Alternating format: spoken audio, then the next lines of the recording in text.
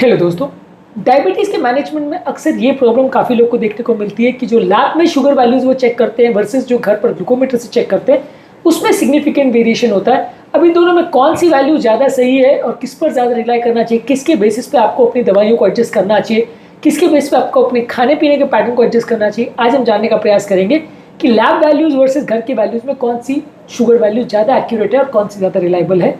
Topic पर जाने से पहले जो लोग हमारे चैनल पर नए हैं, मैं रिक्वेस्ट करूंगा कि चैनल को सब्सक्राइब करें, वीडियोस को फ्रेंड्स फैमिली के साथ शेयर करें, क्योंकि ये कंटेंट किसी की ज़िंदगी बचाने और बदलने के लिए उपयोगी हो सकता है। तो बगैर समय बिगाड़े चलिए शुरू करते हैं हमारे साथ। अक्सर लैब सैंपल्स और जो घर पर ग्लूकोमीटर से आप चेक करते हैं, ये दोनों ही अलग अलग तरह के लैब सैंपल्स होते हैं, अलग अलग तरह के टेस्टिंग सैंपल्स होते हैं। जो फिंगर टेस्ट आप करते हैं ग्लूकोमीटर से, उसमें कैपिलरी ब्लड को चेक किया जाता है, यानी फिंगर के टिप पे जो कैपिलरीज होती है, यानी कि छोटी छोटी जो रक्त नलियाँ होती है, बिल्कुल माइक्रोस्कोपिक, उनमें जो ब्लड होता है उसका शुगर वैल्यूज़ को चेक किया जाता है। जबकि लैब वैल्यूज़ में वीनस सैंपल लिया जाता है जो कि काफ़ी बड़ी नली होती है।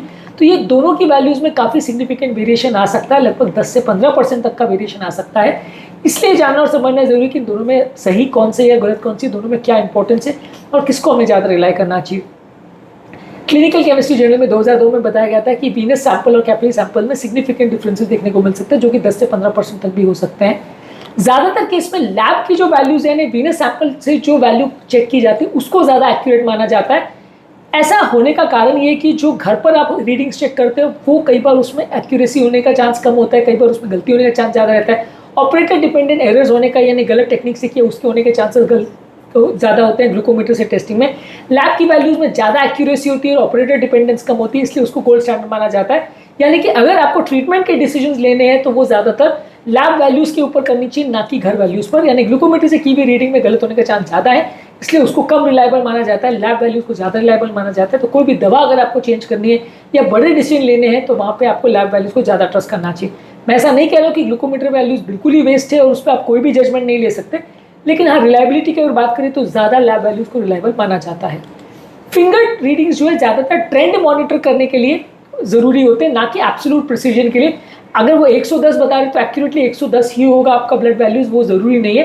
पर ट्रेंड देखने के लिए वो आपको मदद कर सकते हैं कि आपका लगभग 120 के आसपास चल रहा है कि 140 के आसपास चल रहा है कि 200 के आसपास चल रहा है कि 400 के आसपास चल रहा है। एक जनरल आइडिया देने के लिए फिंगर रीडिंग्स आप प्रयोग कर सकते हैं। लेकिन जहाँ पे बड़े बड़े डिसीजन लेने हैं, जहाँ पर बहुत ज़्यादा एक्यूरेसी चाहिए, जहाँ पे आपको ये चाहिए कि एग्जैक्टली मुझे पता होना चाहिए कि मेरा लैब वैल्यूज़ 120 आ रहा है कि 100 आ रहा है कि 80 आ रहा है, वहाँ पे ज़्यादा स्टैंडर्ड अगर आपको चाहिए तो लैब वैल्यूज़ ही देखना पड़ेगा। अगर आपको जनरल ट्रेंड देखना है कि 100 के आसपास है कि 150 के आसपास है कि 250 के आसपास है, तो वहाँ पे आप फिंगरप्रिंट टेक्निक को ट्रस्ट कर सकते हैं। कैपिलरी वैल्यूज़ और जो वीनस सैंपल है उसमें काफ़ी डिफरेंस आपको खाना खाने के बाद तुरंत देखने को मिल सकता है। खाना खाने के बाद जो वैल्यूज़ होते हैं उसमें ज़्यादा इफेक्टिवली चेंजेस आपको देखने को मिल सकते हैं, और वहाँ उस टाइम पर अगर आप चेक करते हो तो जो लैब की वैल्यूज़ है और जो फिंगरप्रिंट टेक्निक से जो आपने घर पर किया उसमें ज़्यादा वेरिएशन देखने को मिल सकते हैं। फिंगरप्रिंट टेक्निक में गलतियाँ होने का चांस टेक्निक की वजह से, एक्सटर्नल फैक्टर्स की वजह से ज़्यादा है। आपने हाथ को साफ किया कि नहीं, आपकी स्ट्रिप की क्वालिटी कैसी है, आपकी ग्लूकोमीटर की क्वालिटी कैसी है, किस टाइम पर आपने चेक किया, टेम्परेचर कैसा है, कोई सैम्पलिंग एरर्स तो नहीं की, ये सारी चीज़ें आपकी ग्लूकोमीटर की रीडिंग को ज़्यादा अफेक्ट कर सकती है as compared to lab readings. Lab readings में भी थोड़ा बहुत प्रॉब्लम हो सकती है, लेकिन इतने ज़्यादा वेरिएशन देखने को नहीं मिलते एज कम्पेयर टू जो ग्लूकोमीटर से देखने को मिलते हैं।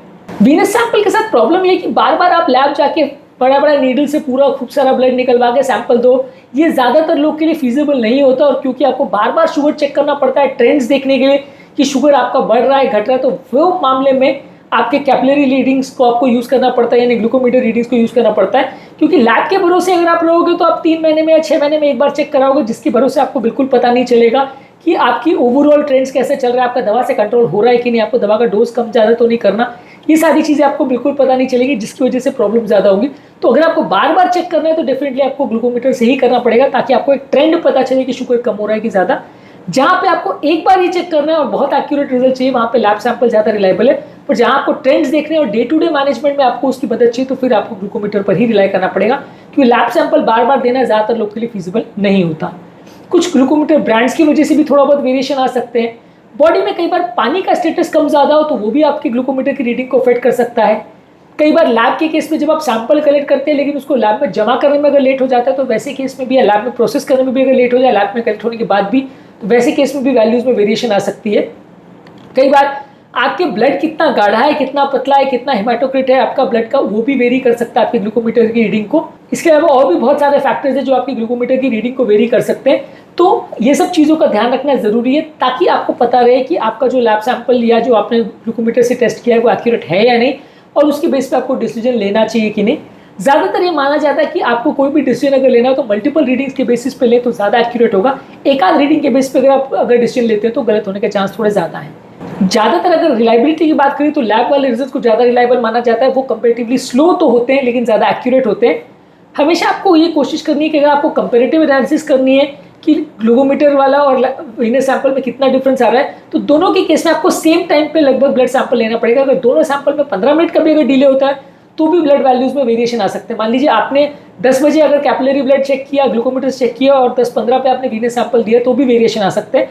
तो अगर आपको दोनों में कंपेरेटिव एनालिसिस करनी है कि आपका कौन सा रीडिंग सही है, दोनों में कितना वेरिएशन आ रहा है, तो आपको दोनों सैंपल लगभग सेम टाइम पे लेना पड़ेगा। यदि आप खाना खाने के बाद अगर अपनी वैल्यूज को चेक करते हो तो फिंगरप्रिंट टेक्निक से जो आप चेकिंग करते हो उसमें आपकी वैल्यूज कंपेरेटिवली ज़्यादा आती है as compared to venous sample.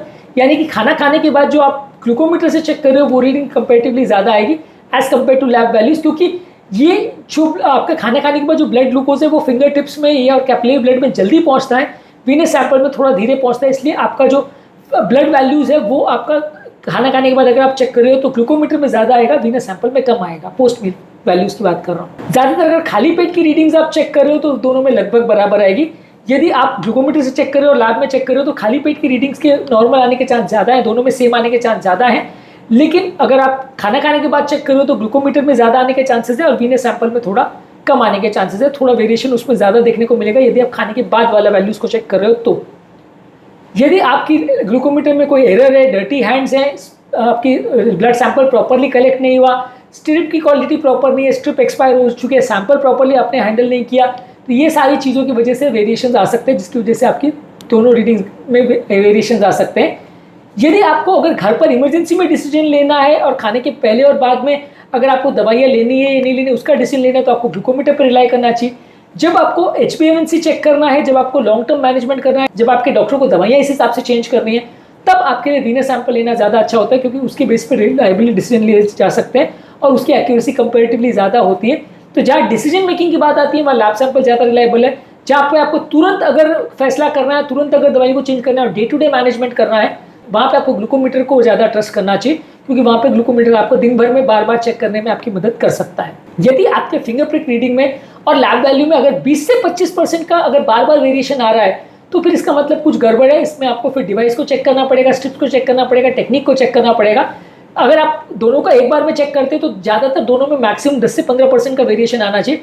पर अगर फिंगरप्रिंट टेक्निक और आपकी लैब वाली वैल्यूज़ में अगर 20 से 25% का वेरिएशन आ रहा है, यानी कि ग्लूकोमीटर से जो आप चेक कर रहे हो वो 125 आ रहा है और वीनस सैंपल कर रहे हो वो 100 आ रहा है, तो इतना वेरिएशन नहीं होना चाहिए, तो फिर उसमें कुछ गड़बड़ी होने का अंदेशा है। तो आपको रीचेक करना चाहिए कि जो टेक्निक आप फॉलो कर रहे हो या जो डिवाइस आप फॉलो कर रहे हो उसमें कुछ गड़बड़ी तो नहीं है, और वैसे केस में फिर आपको करेक्शन करना पड़ेगा। 5-10% का वेरिएशन अगर सेम टाइम पे सैंपल लिए गए हो तो वो चलेगा। बहुत ज़्यादा वेरिएशन आ रहा है तो उसमें गलती होने का चांस ज़्यादा है। आज के टॉपिक में हमने बात करी कि फिंगरप्रिंट टेक्निक से जब आप ग्लूकोमीटर से चेक करते हो शुगर वर्सेस आप लैब में जो वीनस सैंपल से चेक करते हो, उन दोनों में कौन सा ज़्यादा रिलायबल है, किसको ज़्यादा ट्रस्ट करना चाहिए और क्यों, और दोनों में कहाँ कहाँ गलतियाँ हो सकती है, इस पर हमने बात करी। उम्मीद करूँगा कि आज के टॉपिक में कुछ नई बातें जानने को मिली होगी। जो लोग हमारे चैनल पर नए हैं उन्हें रिक्वेस्ट करूँगा कि चैनल को सब्सक्राइब करें, वीडियोस को फ्रेंड्स फैमिली के साथ शेयर करें, क्योंकि कंटेंट किसी की ज़िंदगी बचाने और बदलने के लिए उपयोगी हो सकता है। आपके कमेंट्स हमें जानने में मदद करते हैं कि आपको हमारा कंटेंट कैसा लग रहा है, प्लस हमारे लिए मोटिवेशन और इंस्पिरेशन का काम करते हैं। इसलिए वीडियोज़ को देखते रहिए, शेयर करते रहिए और हेल्थ के सफर में आगे बढ़ते हैं।